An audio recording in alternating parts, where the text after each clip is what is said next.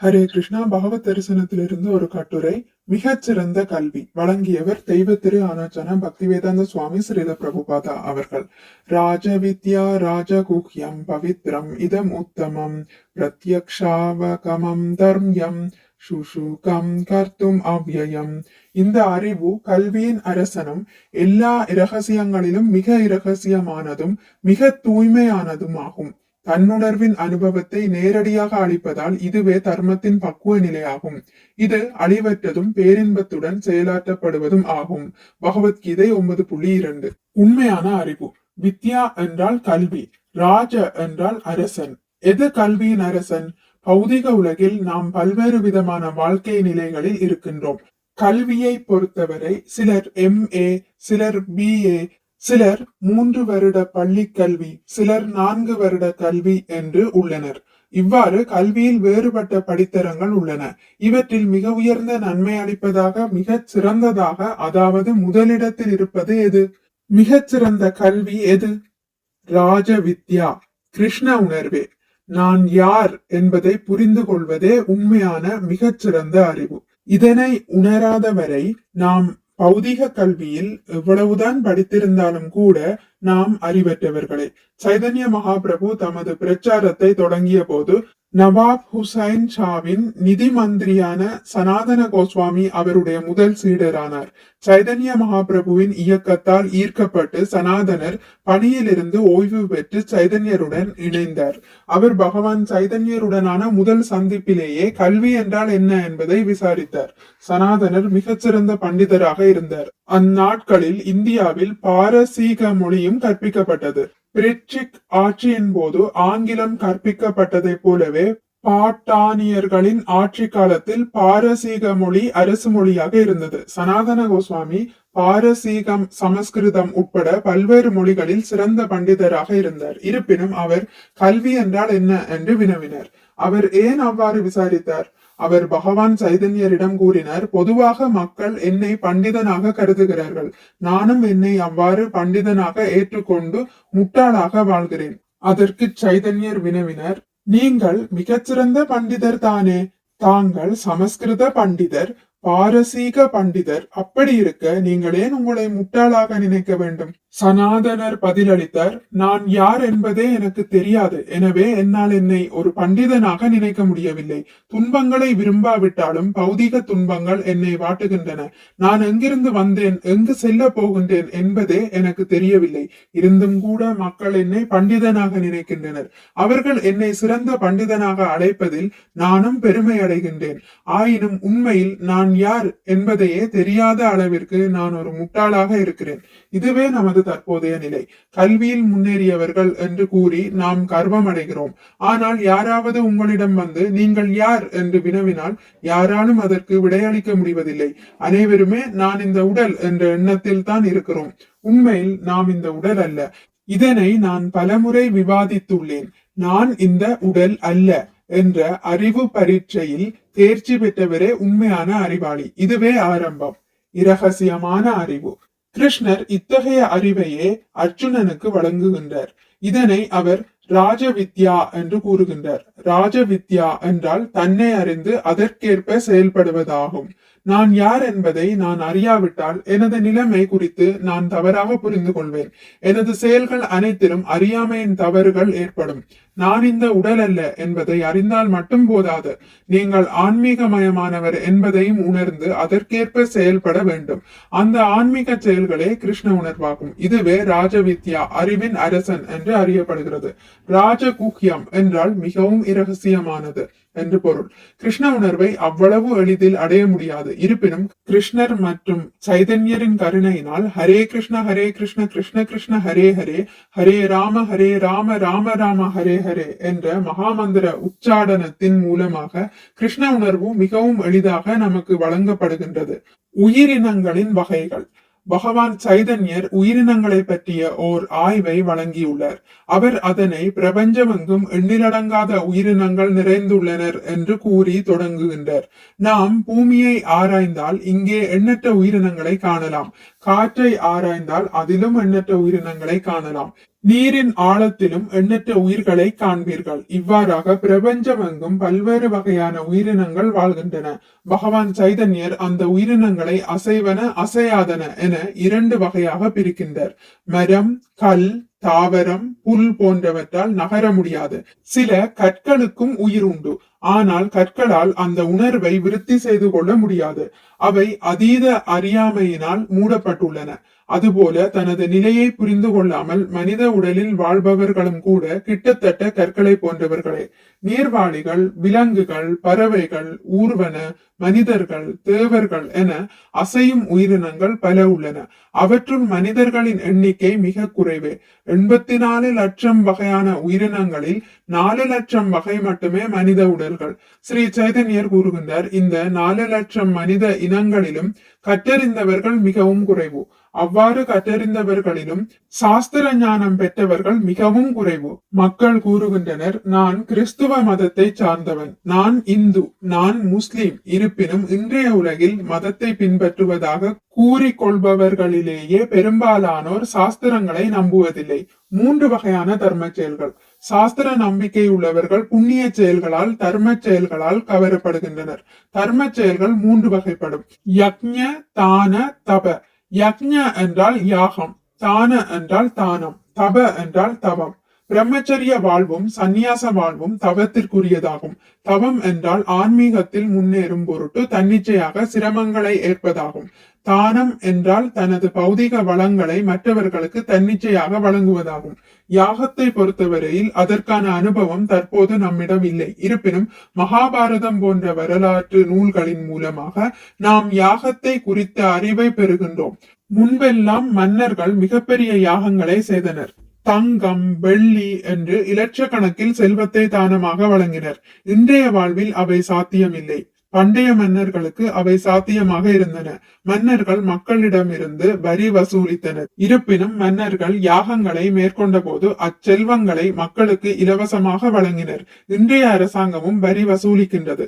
ஆனால் அதனை விநியோகிப்பதே இல்லை. எனவே யாகம் குறித்த எண்ணமே நம்மிடம் இல்லை.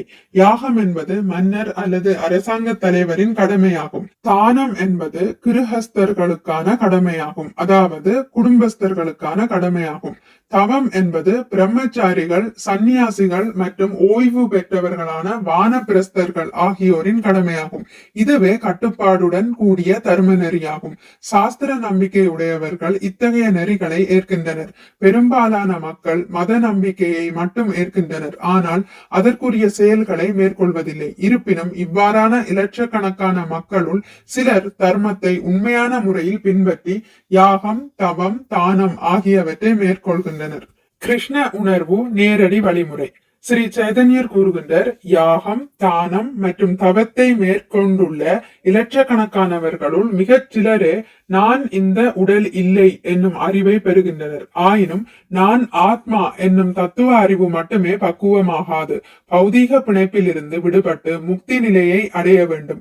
ஆத்ம ஞானத்தை அறிந்துள்ள ஆயிரக்கணக்கான மனிதர்களுள் உண்மையான முக்தியை பெற்றவர்கள் மிகவும் குறைவு. அவ்வாறு முக்தி பெற்ற ஆயிரக்கணக்கானவர்களுள் மிகச் சிலரே பகவான் ஸ்ரீ கிருஷ்ணரை அறிகின்றனர். எனவே கிருஷ்ணரை அறிவது அவ்வளவு எளிதல்ல. இருப்பினும் கிருஷ்ணர் மிகவும் கருணைமயமானவர். பொதுவான வழிமுறைகளின் மூலமாக முக்தி அடைதல் இந்த கலியுகத்தில் மிகவும் கடினமானது என்பதை அவர் அறிந்துள்ளார். பொதுவான வழிமுறை என்றால் முதலில் கல்வி கற்க வேண்டும், அதன் பிறகு தர்மத்தை பின்பற்ற வேண்டும், அதன் பிறகு தானங்களையும் யாகங்களையும் மேற்கொள்ள வேண்டும், அதன் பிறகு உண்மையான அறிவின் தளத்திற்கு வர வேண்டும், அதன் பிறகே முக்தியின் நிலைக்கு வர முடியும். எனவேதான் ஸ்ரீ சைதன்ய மகாபிரபு நேரடி வழிமுறையான கிருஷ்ண உணர்வை நமக்கு வழங்கியுள்ளார். கலியுக மக்களின் பிரச்சனைகள். விதிகளின் மூலமாக முக்தி பெறுதல் அவ்வளவு எளிதல்ல. ஸ்ரீமத் பாகவதம் இந்த கலியுக மக்களை பிராயணாள் பாயுஷ குறைந்த ஆயுளுடையோர் என்று குறிப்பிடுகிறது. மேலும் மந்தமானவர்கள், அதாவது அறிவற்றவர்கள் என்று கூறுகிறது. இன்றைய மனிதர்கள் 24 மணி நேரத்தில் 12 மணி நேரம் உறங்குகின்றனர். மீதி 12 மணி நேரத்தில் 10 மணி நேரம் பொருள் ஈட்டுவதில் செலவிடுகின்றனர். எஞ்சி இருப்பது 2 மணி நேரம் மட்டுமே. அதில் எங்கிருந்து ஆன்மீகத்தை புரிந்து கொள்வது? அவர்களுக்கு நேரமே இருப்பதில்லை. மேலும் யாரேனும் ஆன்மீக முன்னேற்றத்தில் ஆர்வமாக இருந்தால் அவர்களை கவருவதற்கென்றே எண்ணற்ற போலியான ஆன்மீக இயக்கங்கள் உள்ளன. அடுத்ததாக மந்த பாக்கியா, பெரும்பாலானோர் துரதிர்ஷ்டசாலிகள். பெரும்பாலான மக்கள் உண்பது, உறங்குவது, உடலுறவு, தற்காப்பு போன்ற அடிப்படை வசதிகள் கூட அற்றவர்களாக இருக்கின்றனர். இவை விலங்குகளுக்கு கூட எளிதாக கிடைக்கின்றன. ஆனால் இந்த யுக மக்களுக்கோ இருப்பிடம், உணவு, மனைவி போன்றவற்றை அடைவதற்கு கூட மிகவும் சிரமப்படுகின்றனர். இறுதியாக உபத்ருத. மேற்கூறிய எல்லாவற்றையும் விட மக்கள் எப்போதுமே வியாதிகளாலும் எண்ணற்ற பிரச்சனைகளாலும் கவலை அடைந்துள்ளனர். கலியுக மக்களுக்கான நல்வாய்ப்பு. இதுவே இன்றைய யுக மக்களின் நிலையாகும். எனவேதான் வழக்கமான விதிகளின் மூலமாக முக்தி அடைதல் மக்களுக்கு கடினம் என்று எண்ணிய ஸ்ரீ கிருஷ்ணர் தமது காரணமற்ற கருணையின் மூலமாக ஸ்ரீ சைதன்யராக அவதரித்து வாழ்வின் மிக உயர்ந்த பக்குவத்தை, ஆன்மீக பேரின்பத்தை, ஹரே கிருஷ்ண கிருஷ்ண கிருஷ்ண ஹரே ஹரே, ஹரே ராம ராம ராம ஹரே ஹரே என்னும் மந்திர உச்சாடனத்தின் மூலமாக விநியோகிக்கின்றார். நாம உச்சாடனத்தில் ஈடுபடுவதற்கு முக்தி பெற்றவர், பந்தப்பட்டவர், பதவி, கௌரவம் என எந்த ஒரு பாகுபாடும் இல்லை. இதில் அனைவரும் பங்கு கொண்டு பேரின்பம் அடையலாம். இந்த வழிமுறை பவித்திரம், தூய்மையானது எனப்படுகிறது. இம்முறையை ஏற்பவர் யாராயினும் அவர் தூய்மை அடைகிறார். தூய்மை உடனே ஆரம்பமாகின்றது.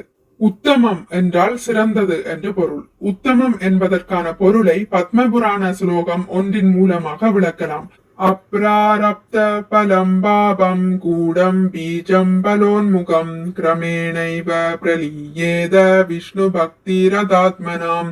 உன்னத அறிவாகிய கிருஷ்ண உணர்வை பெறுபவரின் அனைத்து பாவ விளைவுகளும் அதன் விதைகளும் படிப்படியாக அழிந்து போகின்றன என்பதே இதன் பொருளாகும். இதற்கான உதாரணத்தை நாம் பகவத்கீதையில் படித்துள்ளோம். நெருப்பில் போடப்படுபவை சாம்பலாக்கப்படுவதை போலவே கிருஷ்ண உணர்வு என்னும் நெருப்பு எரிய தொடங்கிய உடனேயே கடந்த கால பாவ விளைவுகள் அனைத்தும் சுட்டரிக்கப்படுகின்றன. பாவங்களை ஒழிக்கலாம் வாரீர். நமது துன்பங்களுக்கான காரணம் பாவச் செயல்களே. பாவச் செயல்களுக்கான காரணம் அறியாமை. பாவச் செயல்களின் விளைவுகளை அறியாத மனிதன் அவற்றில் ஈடுபடுகின்றான். அறியாமையில் இருக்கும் குழந்தைக்கு நெருப்பை தொட்டால் என்னவாகும் என்பது தெரியாது. இருப்பினும் குழந்தை நெருப்பை தொட்டவுடனேயே அது குழந்தையின் கைகளை சுட்டெரிக்கிறது. குழந்தை என்பதற்காக நெருப்பு எவ்வித சலுகையும் வழங்குவதில்லை. நெருப்பு எப்போதும் நெருப்புத்தான். அதே போலவே இந்த பௌதிக உலகம் எவ்வாறு இயங்குகிறது? இதனுடைய சட்டதிட்டங்கள் யாவை? இதனை கட்டுப்படுத்துபவர் யார்? அவர் எவ்வாறு கட்டுப்படுத்துகிறார்? முதலியவற்றை நாம் அறியாமல் இருக்கலாம். இருப்பினும் அறியாமையின் காரணமாக தெரிந்தோ தெரியாமலோ நாம் செய்யும் செயல்களை கண்டிப்புடன் செயல்படும் இயற்கை ஒருபோதும் மன்னிப்பதில்லை. எனவே அறியாமையே துன்பங்களுக்கான காரணம் என்பதால் நாம் உண்மையான அறிவை பெறுவதற்கு முயல வேண்டும். உண்மையான அறிவு என்றால் நான் யார்? இந்த உலகம் எப்படிப்பட்டது? கடவுள் யார்? கடவுளுக்கும் எனக்கும் என்ன உறவு என்பனவற்றை அறிவதாகும். இவற்றை அறிய வேண்டியது அவசியம். தொழில்துறை வல்லுநராக அல்லது ஏதேனும் ஒன்றில் நிபுணராக இருப்பது முக்கியமல்ல. அது உண்மையான அறிவு அல்ல. நாம் யார் என்பதை அறிந்து கொண்டு அதற்கேற்ப செயலாற்ற வேண்டும். இதுவே உண்மையான அறிவு. இத்தகைய அறிவினை மனித வாழ்வில் மட்டுமே பெற முடியும், மிருக வாழ்வில் அல்ல. எனவேதான் நமக்கு அறிவை வழங்குவதற்காக, நம்மை வழிநடத்துவதற்காக நாகரிக உலகின் அனைத்து பகுதிகளிலும் எண்ணற்ற மத நூல்கள் உள்ளன. இவற்றை நாம் நிராகரிக்க கூடாது. இந்த கலியுகத்தில் ஸ்ரீ சைதன்ய மகாபிரபு நேரடி கிருஷ்ண உணர்வான ஹரிநாம சங்கீர்த்தனத்தை நமக்கு வழங்கியுள்ளார். கீதையை படிப்போம். ஸ்ரீ சைதன்ய மகாபிரபு கூறுகின்றார், மக்கள் பரமனுடனான உறவை நினைவிற்கெட்டாத காலத்திலிருந்தே மறந்திருப்பதால் சாஸ்திர அறிவை வழங்குவதற்காக பகவான் எண்ணற்ற பிரதிநிதிகளை அனுப்பி வைக்கின்றார். எனவே நாம் சாஸ்திரங்களால், குறிப்பாக பகவத்கீதையால் வழங்கப்படும் பலன்களை ஏற்க வேண்டும். பகவத்கீதையில் எல்லா அறிவும் சிறப்பாக வழங்கப்பட்டுள்ளதை காணலாம். உங்களுடைய புத்திசாலித்தனத்தை கொண்டு இதனை புரிந்து கொள்ள முயலுங்கள். அப்போது அனைத்தும் தெளிவாக்கப்படும். பகவத்கீதையினால் வழங்கப்படும் நன்மைகளை நாம் ஏற்க வேண்டும். ஹரே கிருஷ்ண கிருஷ்ண கிருஷ்ண ஹரே ஹரே, ஹரே ராம ராம ராம ஹரே ஹரே எனும் உன்னத ஒலியதிர்வுடன் கீதையை படிக்க தொடங்கினால் அதை புரிந்து கொள்வதற்கான நமது ஆற்றலும் அதிகரிக்கும். மிக்க நன்றி. ஹரே கிருஷ்ணா. உங்களுக்கு இந்த வீடியோ பிடித்திருந்தால் லைக் பண்ணுங்கள், ஷேர் பண்ணுங்கள், சப்ஸ்கிரைப் பண்ணுங்கள். நோட்டிபிகேஷன் பெல்லை அழுத்துவதன் மூலம் அடுத்த பதிவுகள் உங்களை வந்தடையும். பகவான் ஸ்ரீ கிருஷ்ணரை பற்றி கேட்டு மகிழ்வோம். ஹரே கிருஷ்ணா.